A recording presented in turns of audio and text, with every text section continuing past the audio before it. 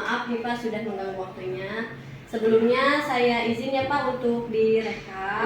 Iya, mungkin nanti saya juga izin untuk videonya di share gitu sebagai bahan pembelajaran. Oh iya, silakan Mbak. Jadi di sini saya ada sedikit pertanyaan nih Pak terkait dalam membuat keputusan selama ini. Tentunya kan ketika sekolah itu semakin besar, siswanya semakin banyak, maka di situ pasti muncul problematika yang semakin kompleks gitu ya, ya Pak ya. Betul sekali.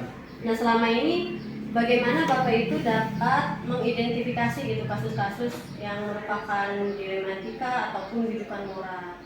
Oke, terima kasih Bu Tasa ya. Jadi betul apa yang dikatakan Bu Tasa, memang yang namanya dalam proses pendidikan namanya masalah itu pasti ada. Ya. Nah, berkaitan dengan hal tersebut, banyaknya permasalahan ya. Kami ya biasanya di sekolah itu mengidentifikasinya ya memang ketika terjadi satu hal yang kanil mungkin aneh mungkin dalam jalannya proses lain pendidikan, baik itu hubungan antara siswa dengan siswa, siswa dengan guru, atau guru dengan guru, itu bisa terjadi. Nah, makanya yang namanya tadi dikatakan permasalahan itu di antara mereka sudah pasti terjadi. Nah, ini jadi kita mungkin hanya berdasarkan pengamatan kita dulu. Ya, kita mengamati apakah itu ada masalah apa tidak, ya dari pengamatan pertama kali. Ya. Ya.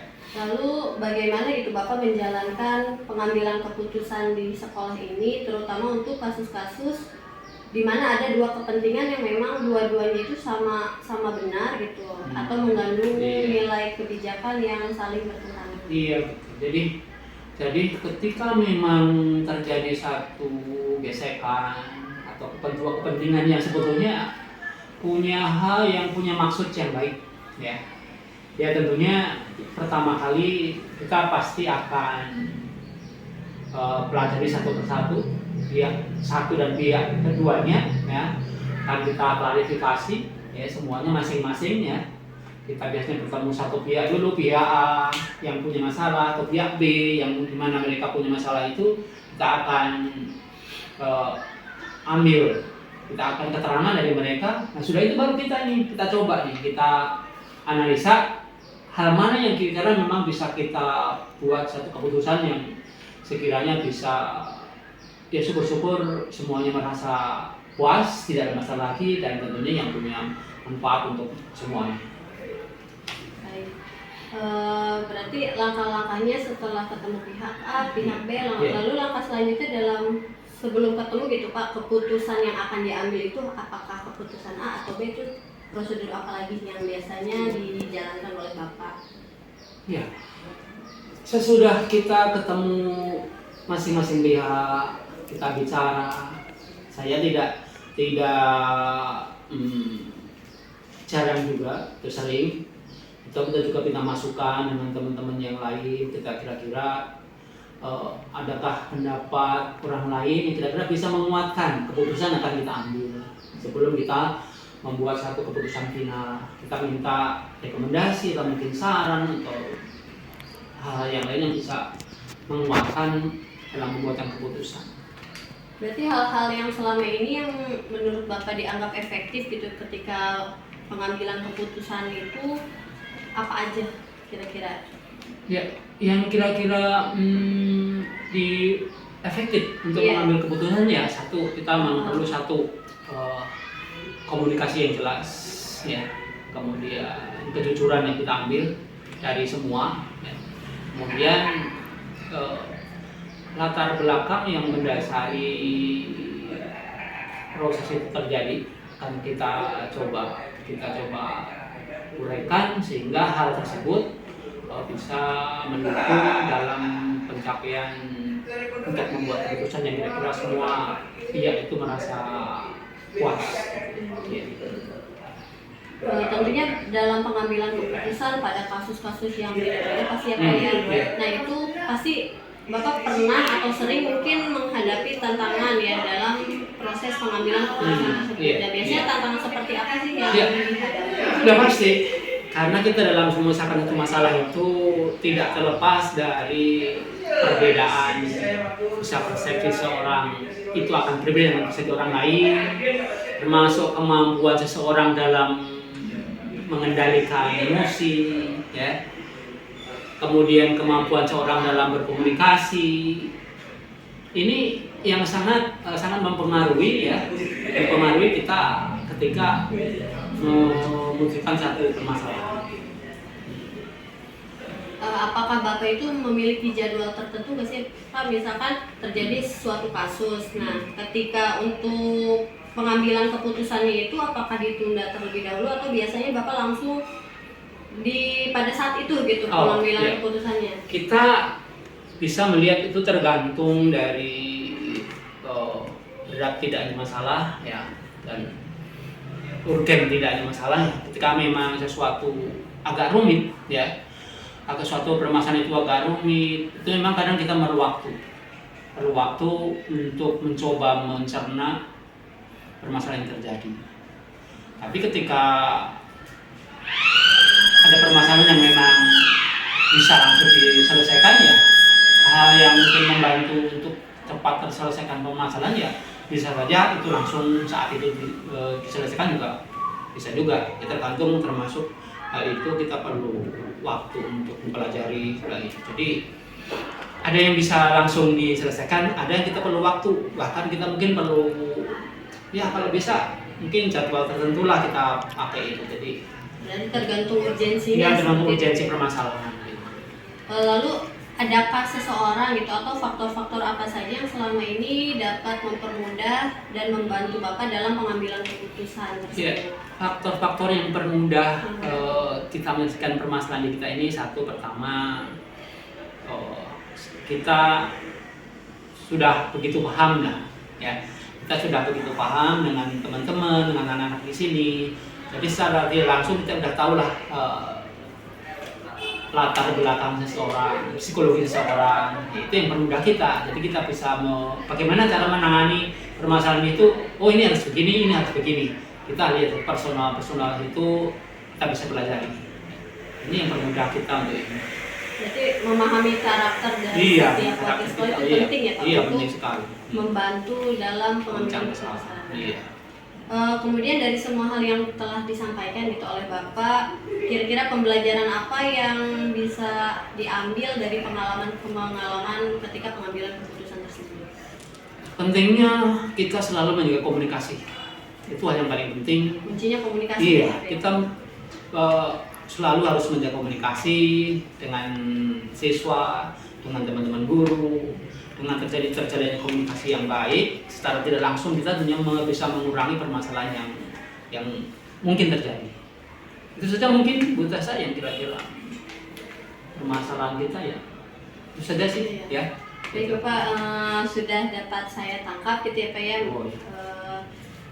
Jawaban Bapak itu dalam pengambilan keputusan biasanya Bapak itu pertama mengidentifikasi dulu, kemudian setelah itu menjalankan prosedur-prosedurnya dan dilihat dari urgensinya gitu. Apakah memang permasalahan tersebut harus diselesaikan saat itu atau perlu waktu di jadwal tertentu. Dan juga menurut Bapak tadi disampaikan juga bahwa kunci dari pengambilan keputusan itu adalah tentunya menjaga komunikasi. Betul ya. Baik, kalau begitu terima kasih atas waktunya Bapak. Iya, terima kasih sudah berkenan untuk diwawancara. Mangga Bapak. Assalamualaikum. Waalaikumsalam. Assalamualaikum Bapak. Waalaikumsalam. Sebelumnya saya ucapkan terima kasih karena Bapak sudah berkenan gitu ya meluangkan waktunya untuk berbincang. Nah, mungkin sebelum itu mohon izin ya Pak, nanti perbincangan kita gitu saya rekam, kemudian mungkin juga nanti akan saya bagikan gitu sebagai bahan pembelajaran. Iya, baik Pak. Tentunya di sekolah-sekolah itu pastinya sering gitu menghadapi kasus-kasus di mana Bapak sebagai pimpinan sekolah itu harus mengambil satu keputusan. Selama ini bagaimana Bapak itu mengidentifikasi kasus-kasus yang terjadi itu merupakan dilema etika atau kasus rujukan moral? bagi kami cara mengambil keputusan tersebut tergantung permasalahannya, itu baik bujukan moral maupun dilema etika. Seandainya hal tersebut mengandung unsur hukum, maka kami akan mengambil dengan cara bujukan moral. Lalu selama ini bagaimana Bapak dalam menjalankan pengambilan keputusan di sekolah gitu, terutama untuk kasus-kasus yang memang sama-sama benar gitu, atau ada dua nilai kebajikan yang saling bertentangan? Nah, untuk masalah hal ini, saya sebagai kepala sekolah tidak bisa mengambil keputusan secara sepihak. Jadi kami harus berembuk dulu dengan rekan-rekan guru yang lainnya, bagaimana untuk mengambil sikap dalam menghadapi dilema tersebut. Baik, berarti dengan cara bermusyawarah terlebih dahulu. Ya. Nah, lalu langkah selanjutnya nih, setelah bermusyawarah, prosedur yang dilakukan itu seperti apa, Pak? Setelah bermusyawarah dan mendapat kemufakatan, maka kami ambil yang terbaik, yang kira-kira tidak menjadikan gejolak di sekolah ini.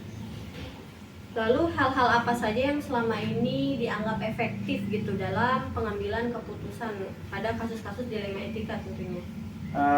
Dalam pengambilan keputusan dilema etika, kami pihak sekolah selalu bermusyawarah bersama, baik dengan guru ataupun dengan orang tua. Itu menurut kami yang paling efektif. Berarti musyawarah gitu ya kuncinya. Bersama, iya.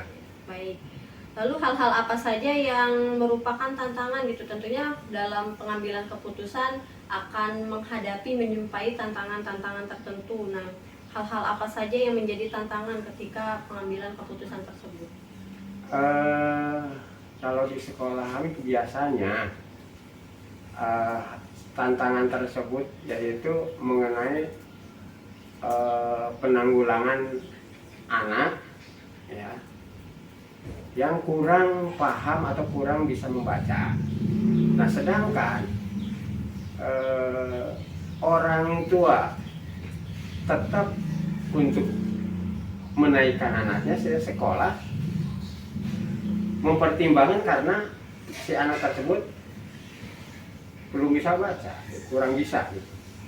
Berarti tantangannya itu antara keinginan Orang tua, ya, iya, dan juga jangka panjang dari keberlangsungan pendidikan anak tersebut. Iya. Baik. Lalu biasanya Pak, dalam pengambilan keputusan nih, Bapak itu punya jadwal tertentu nggak sih? Atau misalkan ketika terjadi kasus langsung diambil keputusan pada saat itu juga? Atau mungkin ada jadwal-jadwal tertentu? Seperti apa Pak kalau biasanya? Kalau di sekolah saya, pengambilan keputusan itu tidak bisa langsung hari itu juga selesai. Tapi ada jeda waktu, karena tadi itu adanya musyawarah tadi, terus diidentifikasi dulu intinya, identifikasi pokok permasalahan tersebut apa intinya gitu. Jadi tetap harus musyawarah terlebih dahulu, iya. Ya Pak ya. Lalu adakah seseorang gitu atau faktor-faktor apa saja yang selama ini mempermudah Bapak dalam pengambilan keputusan? Faktor yang mempermudah itu sebetulnya lingkungan juga mendukung. Ya, lingkungan baik sosial masyarakat sekitar lingkungan sekolah ya. Ya, terutama tadi antara guru dan orang tua harus seirama gitu. Jadi komunikasinya juga harus jalan. Ya. Baik. Dari semua hal yang tadi telah disampaikan oleh Bapak, lalu pembelajaran apa yang kiranya dapat Bapak petik itu dari pengalaman selama ini ketika pengambilan keputusan untuk kasus dilema etika? Kita sebagai warga sekolah, jadi harus terus